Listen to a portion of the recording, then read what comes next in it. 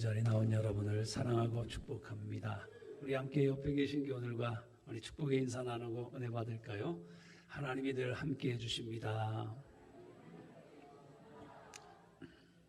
흔히 우리 전 세계를 제패했던 로마의 역사는 카이사르가 루핀공강을 도하했을 때 전과 후로 공화정 시대나 제정 시대로 바뀌었다, 이렇게 이야기를 합니다. 오늘 본문에도 보면 이스라엘 백성들이 우리가 잘 알고 있는 요단강을 건너는 이 사건 전후로 역사가 엄청나게 달라집니다. 광야 시대를 끝내고 가나안 시대입니다. 약속의 땅의 시대가 열려집니다. 다시 말해서 여호수아와 이스라엘은 지금 요단강 앞에 섰다는 것은 역사의 전환점 앞에 서 있다는 거예요. 그래서 요단강을 건너는 일은 이스라엘 역사 중에 정말로 중요한 일이거든요. 지금 현재 우리가 서 있는 시점도 이스라엘 백성들이 요단강 도하를 앞두고 있는 그런 시점과 매우 흡사합니다. 왜 그럴까요? 많이들 우리 뉴스에서도 나오고 다양한 언론에서도 소식이 나오죠. 코로나 전과 후로는 세계가 많이 바뀌고 있습니다. 역사를 보면 흑사병 전후에 유럽이 달라졌어요. 스페인 독감이 1918년에 휩쓸 때 또 그 이후에 전과 후가 달랐어요. 마찬가지로 우리가 코로나의 끝쪽에 와 있는 것 같아요. 코로나라는 이 팬데믹 전후로 세계는 많이 바뀌어 가고 있습니다. 지난 70년 넘게 지구상에는 큰 전쟁은 없었습니다. 작년부터 우크라이나와 러시아 전쟁이 거의 1년 가까이 지속되고 있습니다. 단지 러시아와 우크라이나의 전쟁이 아니라 체제 간의 전쟁인 것 같습니다. 또 중국과 대만의 갈등도 이어집니다. 오늘 아침에 6시 뉴스에 나오는 걸 보니까요, 인터넷 뉴스에 어떤 분이 말을 한 게 좀 구설수에 오르고 있어요. 2025년에는 중국과 미국이 전쟁이 일어날 거다 하는 고위 관리의 이야기가 또 시끄럽게 나오고 있습니다. 세계는 세계화에서 탈세계로 변합니다. 세계화와 현지화가 함께 이루어지는 그런 세상으로 우리 코로나 이후는 바뀌어져 가고 있습니다. 지금 어찌됐든 우리가 살아가는 이 시점은 역사의 어떤 전환점이 되어 있는 그 시점에 서 있는 것만은 분명합니다. 그런데 여러분, 역사의 전환점이든 어떤 것은 중요한 것, 우리가 기억하고 믿어야 될 것 하나가 있습니다. 오늘 그거를 우리가 붙잡고 가야 될 것 같아요. 역사를 주관하시는 분은 살아계신 하나님인 줄 믿습니다. 온 나라의 흥망성쇠가 하나님께 달려 있습니다. 굉장히 쉬우면서도 굉장히 어려운 질문 하나 할까요? 저는 답을 드려요. 대한민국 분이라면 답은 다 알고 있어요. 우리나라가 왜 이렇게 잘 살죠? 그렇죠. 하나님이 보호하사 우리나라 만세잖아요. 역사를 보면 바로왕, 고레스왕, 때론 다리오, 아닥사스다왕, 하나님이 움직였어요. 그렇죠. 절대로 움직일 수 없는 이방 나라의 왕들인데 그들의 마음이 어느 순간 변하면서, 그렇죠, 이스라엘에게 어쩌면 적대국인데 오히려 은혜를 베푸는 왕들이 되었어요. 역사의 변화의 시기마다 하나님은요, 반드시 하나님의 사람을 하나님이 택하셨고 그들을 사용하셨어요. 볼까요? 노아의 홍수 때 누구를 하나님이 사용하였죠? 저는 답을 드린다니까요. 노아입니다. 그렇죠? 바벨탑 사건 이후에는 하나님이 아브라함을 쓰셨어요. 출애굽 때는 모세를 쓰셨고 가나안 정복 때는 여호수아를 사용하셨어요.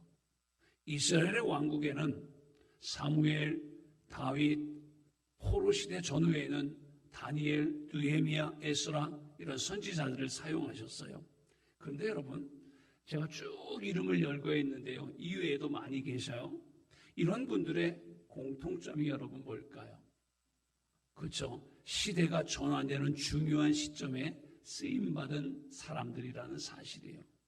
오늘 우리가 이 말씀을 나누면서 오늘 이 시대가 우리가 팬데믹 이후의 전환의 시대라고 했습니다. 이 시대에 우리 성도들이 이 나라와 민족을 위해서 하나님의 영광을 위해 쓰임받는 삶 되기를 주의 이름으로 간절히 축원합니다. 그래서 우리는 성경 말씀을 묵상하고 기도하고 그래서 하나님의 뜻을 알고 주님과 동행함으로 지금 오늘날 역사가 전환되는 시점에서 하나님의 온전한 뜻대로 우리의 삶이 쓰임받는 삶 되어지시기를 다시 한번 주님의 이름으로 간절히 축원합니다.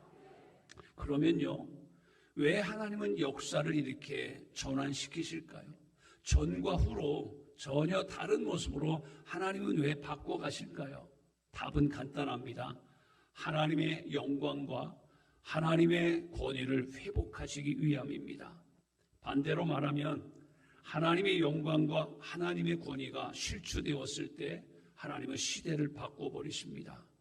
그때마다 하나님은 사람들을 부르셨고 그때마다 하나님은 말씀을 주셨고 계시를 주셨어요. 그때마다 하나님의 사람들은 믿음과 순종으로 그 말씀과 계시에 응답했습니다. 이게 하나님 나라의 역사거든요. 자, 맞아요. 코로나라는 것이 뭘까요, 여러분? 한 3년 정도 코로나를 겪으면서 누구든지 아마 코로나가 도대체 뭐야? 그렇죠? 그런 고민을 하셨을 것 같아요. 오늘 저는 우리 본문을 통해서 코로나가 뭐냐고요? 역사의 전환점이라는 것이에요. 그죠? 이전 것은 지나가고 새 것을 주시겠다는 하나님의 사인 아닐까요? 추락한 하나님의 영광과 권위를 다시 하나님이 회복시키겠다는 거예요. 하나님이 다시 하나님 되시고 하나님의 살아계심을 드러내시겠다라는 거예요. 여러분 코로나를 겪으면서 그렇죠? 그렇게 과학이 의학이 발달했어도 사람이 할 수 있는 게 없었어요. 그렇죠? 사람이 고작 할 수 있는 건 뭐예요? 모이지 마라. 마스크 써라. 그렇죠? 예, 그런 것들이에요. 자, 그러면요. 누구를 통해서요? 오직 믿음과 순종으로 하나님께 전심으로 나가는 그런 하나님의 백성들을 통해서 여호수아와 이스라엘 백성들은 지금 그 역사의 전환점에 서 있어요. 거기가 어디예요? 요단강입니다. 자, 범람한 요단강 앞에서 이들은 멈춥니다. 여러분 요단강 사진 좀 보여드리고 시작할까요? 네. 자, 이게 여러분 요단강이에요. 사실 지금 물은 없어요. 저 가운데 조금 하얗게 흐르는 게 지금의 요단강의 모습인데요. 오늘 성경을 읽었습니다만 요단강이 범람할 때는 지금 왼쪽 끝에서 오른쪽 끝까지 갑니다. 그러면 거리는 폭은 1.2km 정도 됩니다. 네, 여러분이 지난번 성지순례 왔을 때 요단강을 보고 막 감탄을 하시더라고요. 왜요? 그냥 뛰어가면 건너가게 되더라고요. 깊은 곳이 여기도 안 들어가요. 또 낮은 곳은 발목 정도예요. 깊어봤자 한 1m 조금 더 되는 거겠죠. 폭은 넓은 곳이 한 10여 미터, 많아봤자 15m가 안 되는 강을 보면서 막 깜짝 놀랐을 거예요. 그런데 건기 때는 그렇고요. 우기 때는 지금 계곡같이 된 저곳이 물로 다 들어찹니다. 어마어마한 거리에 물이 들어차죠. 그 다음 사진 보여드릴까요? 지금 현재의 요단강의 모습이 요거입니다. 그렇죠? 양쪽에 계곡은 안 보이고 가까이서 찍은데 지금 요단강 넓이가 10여 미터밖에 더 겠습니까? 그런데 범람하면 전혀 이야기가 달라집니다. 폭이 1km가 넘을 정도의 어마어마한 넓이고 최대 수심은 30m 이상이 된다고 합니다. 다시 말해서 요단강은요 거의 홍해와 같은 수준이라고 생각하면 될 것 같아요. 자, 오늘 본문 1절과 2절을 보면 이들이 지금 요단강 앞에 섰습니다. 자, 요단강 앞에 섰는데 이들이 하는 행동을 보면요 1절에 보면은요 요단강 앞에서 3일을 머문다고 이야기를 하고 있어요. 여러분 요단강 앞에 도착했는데 왜 빨리 안 건널까요? 왜 3일을 거기서 시간을 지체할까요? 이래저래 생각해도 건널 수 없는 거예요. 여러분 1절 1km가 넘는 강을 어떻게 건너겠습니까? 배를 만들어도 3일 더 이상 걸릴 거고요. 그렇죠? 뭐 나무도 없겠고요. 그렇죠? 무슨 얘기입니까? 스스로는 절대로 건널 수 없다는 무기력함을 느끼는 시간이 지금 요단강 앞에 3일인 겁니다. 하나님은 의도성을 가지시고 이 기간을 통해서 너의 힘으로는 건널 수 없음을 깨닫게 하십니다. 여러분, 3일 동안 이리저리 아무리 머리를 굴려도 이 요단강 1km가 넘는 강을 건널 수는 없는 거예요. 그와 동시에 오직 하나님께서 인도하셔야만 건널 수 있다는 것을 암시하는 것입니다. 앞서 애굽에서 나올 때 홍해도 자기들이 건넌 건 아니에요. 그렇죠? 자, 그렇다면 꼭 요단강을 건너야 될까? 요단강을 피해서 돌아가거나 그냥 요단강 동편에 머물러 있으면 안 될까라는 생각을 합니다. 그런데 여러분, 오늘 말씀의 뉘앙스를 보면 요단강은 건널까요? 말까요? 요단강 건너자니까 또 이상하게 생각하시는 것 같아. 요단강 건너가 만나리, 그거 아니에요 지금은요. 요단강을 건너야 돼요. 오늘 답도 그래요. 오늘 제목이 뭐예요? 요단강을 건너야 합니다라는 거예요. 그러면 요단강을 건너야 되는 이유를 좀 말씀드릴게요.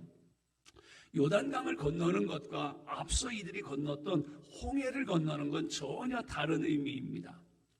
홍해를 건넌다는 것은요, 이 얘기예요. 죄의 노예와 속박에서 풀려나는 구원을 의미합니다. 그 중심에 6월절에 어린 양이 죽습니다. 죽음으로써 이스라엘 백성들이 죄 사함을 얻게 된 거예요. 그래서 출애굽, 즉 죄악에서 벗어나 구출되어서 물로 세례를 받은 것이 홍해를 건너는 사건이거든요. 그런데 하나님께서 우리를 죄악에서 구출하시고 구원하신 것은 단순히 그냥 거기에서 빠져나오게 함이 아니에요. 그것은 하나님께서 우리를 어디에요? 약속하신 땅으로 들어가게 하기 위함이에요. 여러분, 우리 이 시점에서 질문 하나 드리고 갈게요. 정말로 신앙의 원론적인 질문이고 가장 중요한 대답이에요. 왜 예수 믿습니까? 큰일 났네. 오늘은 설교가 한 2시간쯤 될 것 같습니다. 이거 설명하려면 천국 가기 위해서요. 예수 믿는 이유가 뭐예요? 천국 가기 위해서요. 맞아요.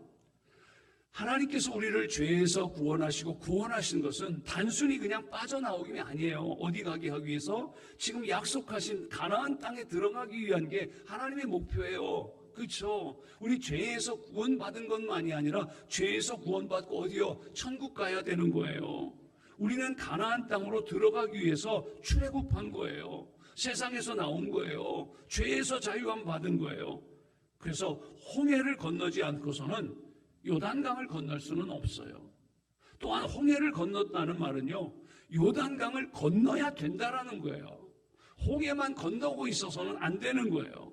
그러니까 홍해를 건너는 것은, 다시 정리할게요, 예수 그리스도의 죽으심, 어린 양의 죽음과 관련이 있어요. 구원과 관련이 있어요. 그런데 요단강을 건넌 건 뭐예요? 우리의 죽음이에요. 내 자신의 죽음과 관련이 있는 거예요. 홍해는 예수의 죽음이에요. 요단강은 나의 죽음이에요. 홍해가 죄사함을 주시는 구세주 예수 그리스도와 관련이 있으면 요단강은 왕이신 예수 그리스도와 관련이 있다는 거예요. 요단강을 건너려면 왕이 되신 예수 그리스도, 그분의 말씀에 전적으로 순종해야 요단강은 건널 수 있다는 거예요. 왜요? 출애굽한 1세대가 가나안 땅에 들어갔나요? 못 들어갔나요? 2명 빼놓고는 다 못 들어갔어요. 여러분, 이 시점에서는 좀 놀라는 칙도 해야 되는데, 왜냐면요, 애굽에서 출애굽한 백성이 성경에 몇 명이라고 해요? 60만 명이라고 얘기를 해요, 통상. 그러면 우리가 계산할 때 여인과 아이들의 숫자가 빠진 숫자이기 때문에 그 숫자는 몇 배로 늘어날 거예요. 200만, 300만까지 늘어날 거예요. 근데 생각해 보세요. 애굽에서 200만이 나왔는데 가나안 땅에 들어간 사람은 둘이에요. 여호수아와 갈렙. 그럼 누가 들어갔어요? 광야에서 태어난 사람들이 들어갔어요.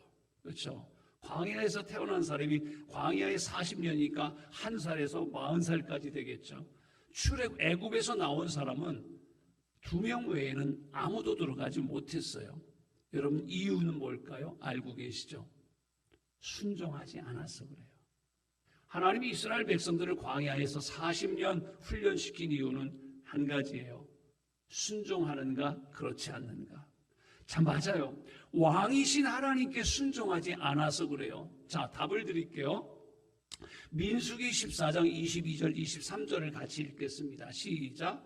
내 영광과 애굽과 광야에서 행한 내 이적을 보고서도 이같이 10번이나 나를 시험하고 내 목소리를 청종하지 아니한 그 사람들은 내가 그들의 조상들에게 맹세한 땅을 결단코 보지 못할 것이요 또 나를 멸시하는 사람은 한 사람도 그것을 보지 못하리라. 자, 무슨 얘기예요? 하나님의 말씀에 순종하지 않았대요. 하나님을 멸시했대요. 그래서 하나님이 그 조상들에게 가나안 땅을 약속하셨는데 근데 절대로 못 볼 거라는 거예요. 무서운 얘기네요. 하나님의 은혜로 애굽에서는 건짐을 받았어요. 구원은 받았어요. 구원은 하나님의 은혜이기 때문이에요. 그러나 이들은 광야에서 다 죽고 말아요. 다시 말해서 홍해는 건넜는데 요단강을 못 건넜어요. 가나안에는 못 들어갔어요. 그렇죠? 많은 이들이 그렇죠. 홍해는 건너서 신앙생활하는 것 같아요. 근데 마지막 종착지는 천국까지 가야 되거든요. 많은 그리스도인들이 이와 같은 처지에 있어요. 여전히 불순종으로 요단강을 건너지 않고 있어요. 많은 이들이 광야에서 죽고 맙니다. 비극이네요. 생각해 보세요. 우리 한국의 크리스찬들을 흔히 20%라고 얘기해요. 그렇죠? 예. 20%면 어느 정도일까요? 그렇죠? 5천만을 우리가 이야기하니까 아마 1,000만 명은 되는 것 같아요. 언젠가는 25%라고도 얘기했었던 것 같은데요. 오히려 줄은 것 같아요. 자, 그럼 어찌됐든 간에 1,000만이라는 숫자는 작은 건 아닌데요. 자, 그럼 여쭤볼게요, 여러분. 이 중에서 과연 얼마나 진짜 홍해를 건넜을까요? 그런 고민을 많이 합니다. 목회를 하면서 성도들과 대화하고 성도들을 신방하고 성도들이 겪고 있는 여러 가지 문제를 이렇게 만났을 때 고민하는 모습들을 보면서 그런 고민이 들어요. 그 모습이 정말로 홍해를 건넌 사람의 모습인가? 집사님, 권사님인데 정말로 홍해를 건넌 권사님일까? 홍해를 건넌 집사님일까? 왜요? 홍해를 건너지 않았는데 여러분 요단강을 어떻게 볼 수 있겠습니까? 그리고 이제는 예수님을 구세주로만이 아닌 왕으로서, 그렇죠? 왕은 뭐예요? 말씀하시잖아요. 명령하시잖아요. 말씀대로 순종하는 삶을 살기를 주의 이름으로 간절히 축원합니다. 1,000만 그리스도인이라고 얘기해요. 정말로 홍해를 건넌 이들이 얼마나 될까? 또한 이들 중에서 과연 요단강을 건너 하나님의 약속하신 유업을 누릴 수 있는 사람은 얼마쯤 될까? 과연 얼마나 하나님이 그들의 삶에 계획하시고 뜻하신 대로 살고 있을까? 하나님만 아실 것 같아요. 그렇죠? 저도 몰라요. 하나님만 아실 것 같아요. 그런데 우리는 역사를 알고 있어요. 그렇죠? 우리는 역사를 알고 있잖아요. 출애굽한 이들 중에서 그냥 60만 중에서 단 2명만 요단강을 건넜잖아요. 그러면 우리들의 현실을 보면 그렇죠? 어떨까요? 하나님께서 단 2명에게만 주시려고 한 것은 아니잖아요. 이스라엘 백성들이 애굽에서 나와서 홍해를 건너고 요단강을 앞에 건너기 전에 2명 외에 못 건넜다고 그랬어요. 그럼 여러분 그때 원망과 불평도 많았는데 그 시대가 더 악한 것 같아요? 우리가 사는 시대가 더 악한 것 같아요? 저는 죄송한데 우리가 살고 있는 시대가 그때보다 더 악한 것 같아요. 그럼 우리 2명 들어갈 수 있을까요? 없을까요? 그런 고민을 한번 하면서 말씀을 준비해 봤어요. 단지 그들이 믿지 못하고 순종하지 못해서 받지 못했어요.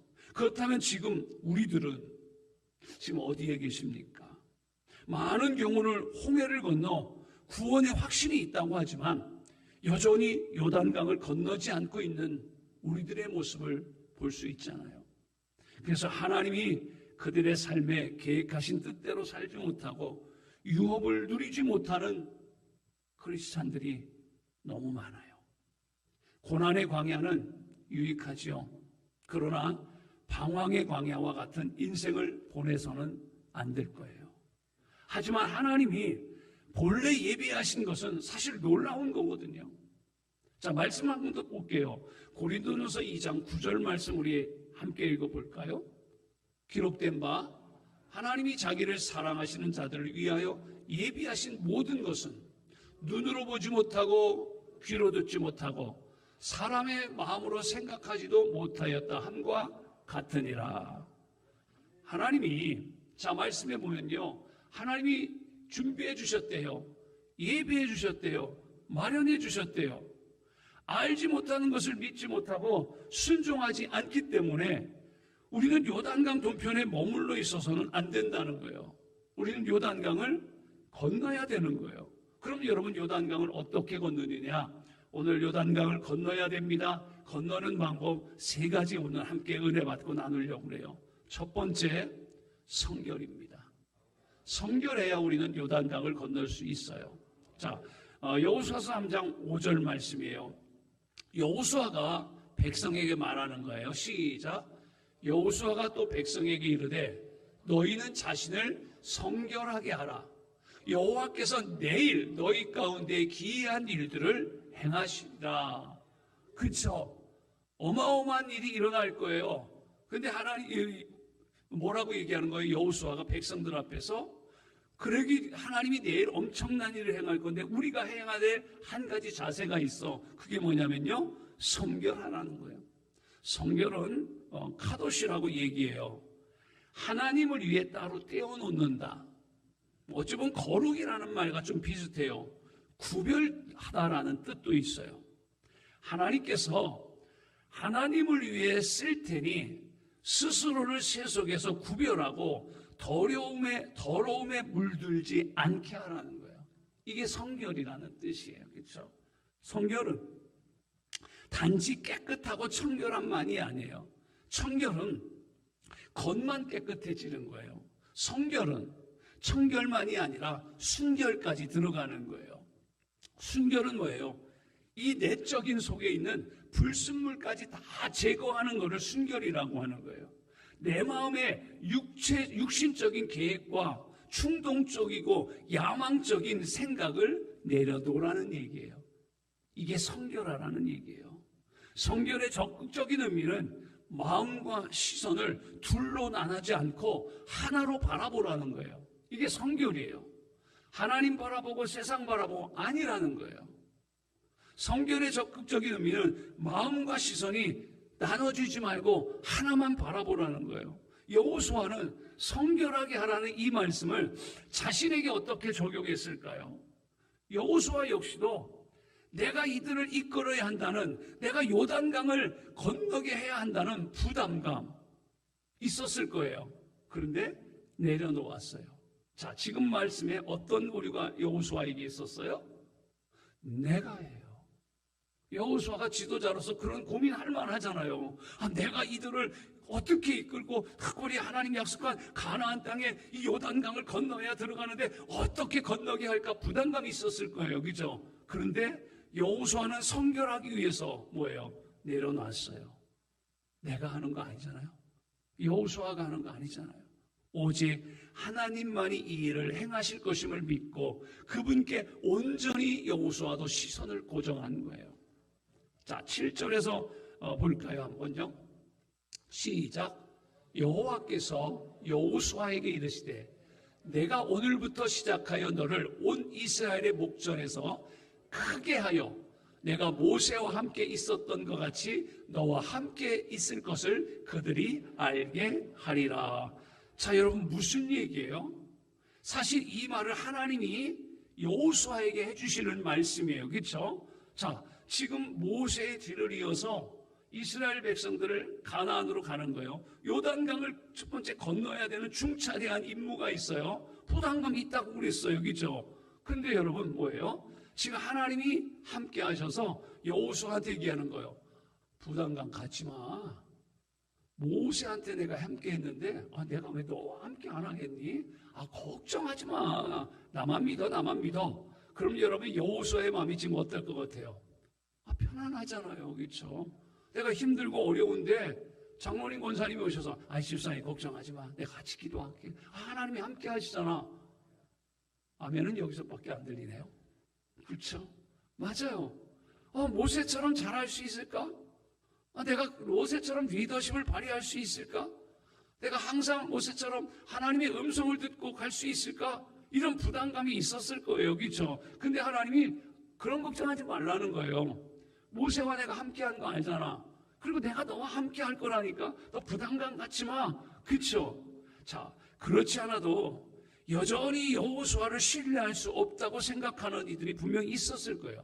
모세 앞에도 반기를 듣는 사람이 있었는데 여호수아는 모세의 리더십까지는 안 되잖아요. 그렇죠? 젊은 여호수아잖아요. 반기를 드는 사람이 있었을 거예요.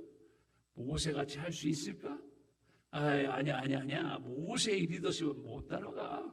아이고, 모세는 그래도 하나님의 음성을 잘 들었는데 여호수아는 듣고 할 수 있을까? 그런 이야기들이 들려왔을 것 같아요. 그런데 하나님이 지금 무슨 얘기예요? 이 장면이 여호수아를 붙잡아 주겠다는 거예요. 지도자로 당당히 세워주고 권위를 세워주시겠다는 거예요. 게다가 모세와 함께했던 것처럼 너와 함께하겠다는 거예요. 그렇죠? 이 사실을 마지막에 뭐예요? 백성들이 알게 하시겠다라는 거예요. 여러분 격려예요? 안 격려예요? 엄청난 격려잖아요. 엄청난 용기잖아요. 그렇죠?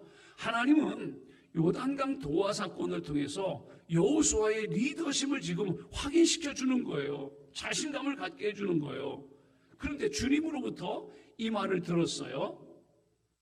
저는요, 하나님이 저한테 다이렉트로 이 말을 했으면 오늘 설교도 안 하고 그 얘기만 했을 거예요. 내가 어젯밤에 꿈을 꿨는데 하나님이 찾아오셔가지고요, 여러분 제 말 잘 듣게 하게 해주신대요. 잘 들어야 돼요. 큰일 나네. 그거 아멘 하시라는 얘기가 아닌데. 그럴 것 같아. 근데 지금 여호수아는 그런 말을 안 해요. 그렇죠? 이 말을 한마디도 백성들 앞에 하지 않아요. 저 같으면 그랬을 거라니까요. 하나님이 내 리더십 세워준대. 말 안 듣지만 잘 들어야 돼. 내 이런 사람이야. 그런데요, 지금 여호수아는 그러지 않아요. 하나님께서 모세와 함께 하셨던 것처럼 나와 함께 하신대요. 어떻게 해서든지 자기를 증명하고 자기를 드러내 보이고 싶을 것 같아요. 그런데 여호수아는 하나님이 자신에게 주신 말씀 중 어느 한 단어도 말하지 않아요. 이게 성결이에요. 오직 하나님만 바라보는 것, 오직 하나님께만 영광을 드리는 것, 오직 하나님께만 주목하는 것. 그래서 그 백성들에게 이 말을 전해요. 10절이에요. 원사님 시작.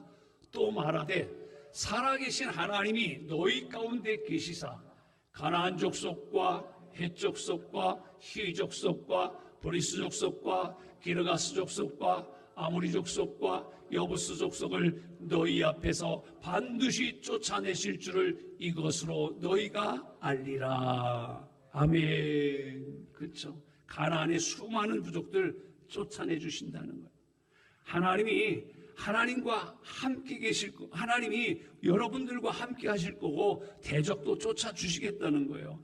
여호수아는 오직 하나님이 하신다는 것과 하나님이 함께 계신다는 것만 백성들에게 전합니다. 이게 뭐라고요? 성결이에요.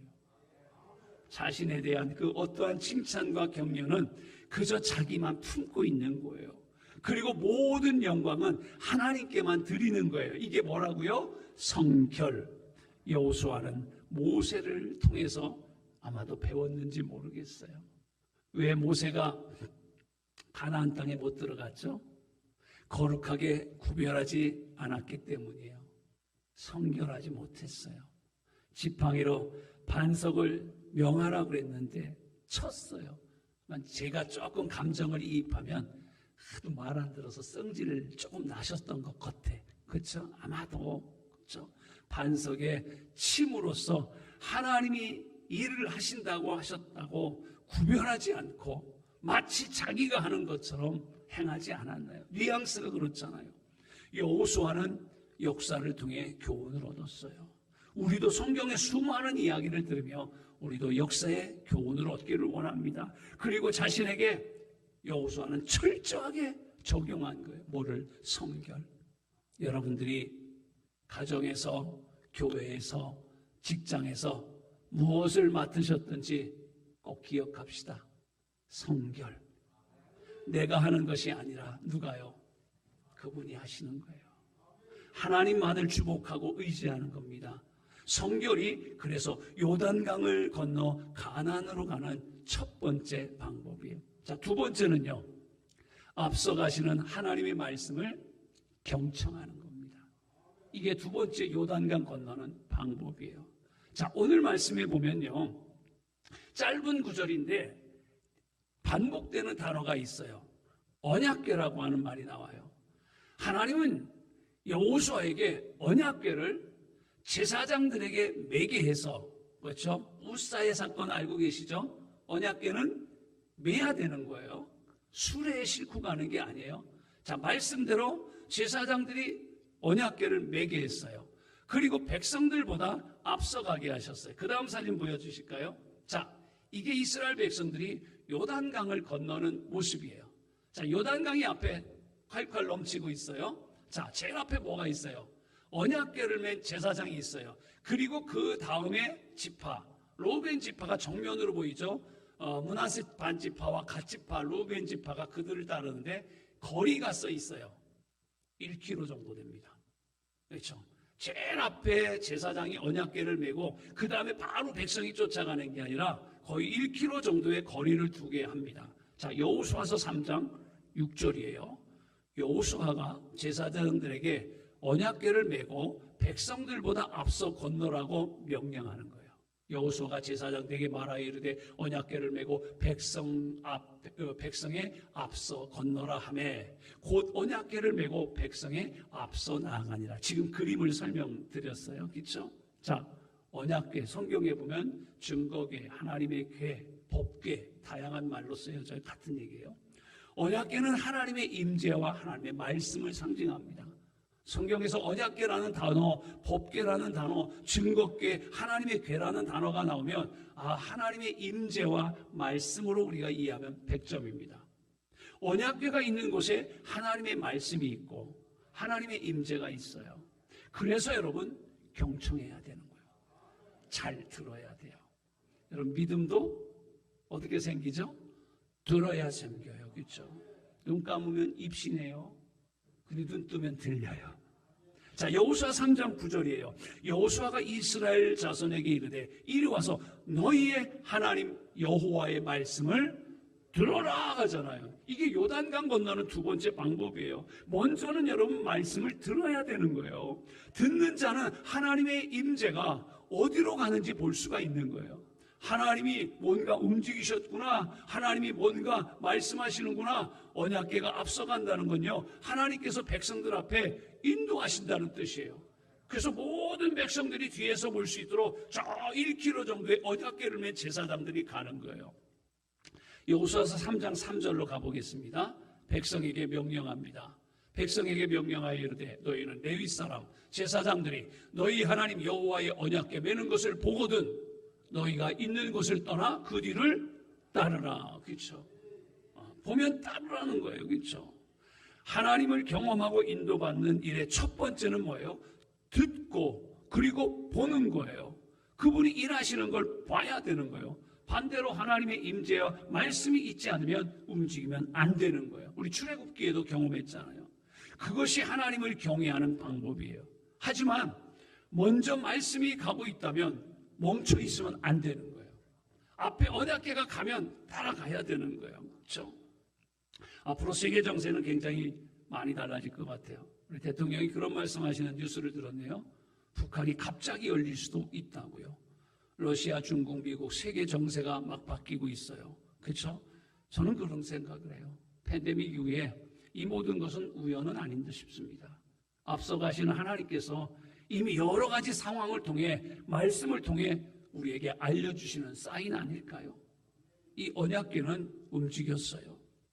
마태복음에 보면요, 우리에게 필요한 것들을 더해 주실 거라고 약속합니다. 그런데 조건이 있어요. 마태복음에 보면 무슨 조건이요? 이 모든 것을 더하시겠다라고 하셨어요. 그죠? 근데 뭐라고 그래요? 너희는 먼저 그의 나라와 의를 구하라. 그리하며. 그렇죠? 우리가 새해 들어서 또 해마다 우리 선교 헌금을 이렇게 작정해서 드립니다. 너무 감사해요.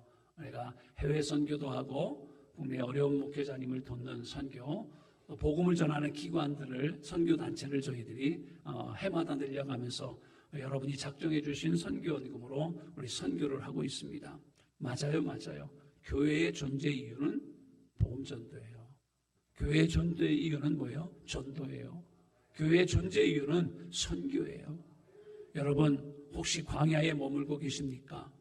다윗과 같이 하나님이 허락하신 광야도 있지만 사울과 같이 마귀가 머물게 하는 광야도 있어요. 여러분 힘드십니까? 우리 점검해 봅시다. 내가 그 나라와 의를 먼저 구하지 않고 있는지, 먼저 앞서 나가는 언약궤를 보지 못하고 말씀하시는 하나님의 음성을 듣지 못한 것은 아닐런지요. 말씀하시는 하나님의 음성에 여러분 어떡하라고요? 경청합시다. 그리고 먼저 앞서가시는 하나님의 임재를 바라봅시다. 먼저 말씀하시는 그분의 음성을 듣기를 원합니다. 그것이 요단강을 건너는 두 번째 방법이에요. 자, 마지막 반대요. 세 번째 요단강을 건너는 방법, 순종입니다. 그런데 이 순종은 이렇게 성경을 읽을 땐 우리 이렇게 읽어야 될 것 같아요. 여러분 성경 읽으시면 우리 교우들은 다 이해가 되실 것 같아요. 그죠? 다 명철이 뛰어나시니까, 지혜로우시니까 나는 이해가 안 돼. 근데요, 이해가 되지는 않는 말씀에 우리 순종해내야 됩니다. 하나님의 말씀 앞에 순종해야 돼요. 왜요? 하나님은 전능하신 하나님이고 우리는 유한하신 하나님이에요. 그렇죠? 우리의 머리털까지 세시는 하나님입니다. 그렇죠? 죄송해요. 요새는 머리카락이 자꾸 빠지니까요. 친구가 그러더라고요. 대전에 가면 머리카락 나는 약 파는 데가 있대야 가자. 친구가 그러더라고요. 나봐. 10년을 먹었더니 머리카락이 나. 그런데요. 귀가 솔깃하더라고요. 한번 가자 그랬어요. 근데요. 머리를 감을 때마다요. 제 머리카락이 새는 게 아니라 빠지는 숫자도 못 세겠어요. 많아서요. 그렇죠. 근데 하나님은 우리의 머리카락도 세시는 분이에요. 전능하신 하나님, 유한하신 인간. 이해할 수가 없는 건 당연한 거예요. 그래서 이해되지 않는 말씀에 우리가 읽는 방법, 무조건 순종이에요. 8절에 하나님은 여호수아에게 명하기를 제사장들이 언약궤를 메고 가서 요단강에 들러가라는 거예요. 그렇죠? 아멘하기 어렵죠? 그렇죠? 다시 한번 제가 말씀을 할게요. 하나님이 여호수아에게 제사장들이 언약궤를 메고 백성들보다 1km 앞섰잖아요. 그 앞에, 목사님 죄송해요. 아까 그 사진을 그냥 한번 보여드릴까요? 예, 여기 나왔네요. 네. 지금 요단강은 아직 물이 있어요. 1km가 넘는 강이에요. 최고 깊이는 30m가 되는 강이에요. 그런데 뭐라 그래요? 이제 너는 언약궤를 맨 제사장들에게 요단강 물가에 이르거든 요단강에 들어가라는 거예요. 그리고 요단강에 들어가서 한가운데 서 있으라는 거예요. 백성들이 다 통과할 때까지. 거봐, 아멘 안 하잖아. 그쵸? 제사장들은 아멘하고 들어가네요. 지금 강은 넘실넘실돼요. 만수일을 이루고 있을 때요. 이해가 안 되잖아요. 지금 범람한 요단강에 어떻게 들어가라는 얘기예요. 물이 없어야 들어가죠. 빠져 죽어요. 이해 안 돼요. 지난번에 홍해 갈르셨잖아요. 그때같이 갈라주면 갈게요. 그래야 되잖아요. 그렇죠? 근데 분명히 제사장들은 어때요? 아무도 안 들어가는데 제사장들은 언약궤를 메고 들어가요. 제사장 하기 싫을 것 같아. 그렇죠? 왜요? 그렇게 하면 요단강 물이 끊어질 거라는 거예요. 여호수아가 백성에게 전합니다. 3장 13절이에요. 자, 온 땅의 주 여호와의 궤를 맨 제사장들의 발바닥이 요단물을 밟고 멈추면 요단물 곧 위에서부터 흘러내리던 물이 끊어지고 한 곳에 쌓여 서리라. 어득하면 언약궤를 맨 제사장들이 일단 들어가면 눈에 보이는 상황을 봐서는 이해는 안 됩니다. 들어가면 빠져 죽을 수도 있어요. 그런데 말씀은 들어가래요. 여러분 어쩌실래요? 우리 2023년 여전히 우리 앞에는 요단강이 넘실대요. 근데 하나님의 말씀은 우리에게 믿음으로 들어가랍니다. 하나님은 이미 답을 갖고 계세요. 말씀으로 약속하셨어요. 물이 끊어질 거라는 거예요. 여러분, 홍해와 요단강의 차이점 우리 알고 있죠? 홍해 그리스도의 죽음이에요. 요단강 뭐라고 그랬어요? 아까 내가 죽는 것이에요. 이해해야만 움직이려는 자아가 십자가에 죽어야 요단강은 통과할 수 있다는 거예요. 우린 이해하고 믿으려고 그래요. 그렇죠? 이해가 안 되면 안 된다고 그래요. 먼저 다 이해하려고 하면 요단강은 절대로 건널 수 없어요. 아무리 요단강 건너가 마른 날이 아무리 그 찬송 불러도요 절대로 건널 수 없어요. 왜 지금까지 하나님이 약속하신 삶을 살지 못했을까? 이것 때문이에요. 이해되지 않으면 순종하지 않았거든요. 그렇죠? 그래서 2명을 제외한 출애굽 1세대는 요단강을 건너지 못하고 다 광야에서 죽었어요. 그런데 놀랍게도 제사장들이 이해는 안 되지만 말씀대로 언약궤를 메고 순종합니다. 제사장들이라서요. 제사장은 뭐 목숨이 몇 개예요? 말씀을 잘 보시면 여호수아가 간 게 아니라 저는 이 말씀이 참 놀라요. 여기 제사장들이에요. 여호수아 아니에요, 여러분? 무명의 제사장들이에요. 이름도 안 나와 있어요. 그렇죠? 자, 마지막으로 여호수아 3장 14절 15절을 읽겠습니다. 시작. 백성이 요단을 건너려고 자기들의 장막을 떠날 때에 제사장들은 언약궤를 메고 백성 앞에서 나아가니라. 요단이 곡식 거두는 시기에는 항상 언덕에 넘치더라. 궤를 맨 자들이 요단에 이르며 궤를 맨 제사장들의 발이 물가에 잠기자기죠. 물가에 닿았어요. 여전히 제방까지 가득 차 올랐던 넘실대는 요단강이에요. 그들은 그저 말씀에 순종하여 발을 요단강에 내딛습니다. 아까 그 사진이에요. 그때 어떤 일이 벌어졌어요? 약속대로 말씀하시던 대로 그렇게 콸콸 흐르던 강이 끊어지는 거예요. 그리고 백성들이 여리고 맞은편으로 요단강을 건너 여리고 맞은편으로 갑니다. 적어도 200만 명이 넘는 인원이 건너는 동안 자, 성경에 뭐라고 그랬어요?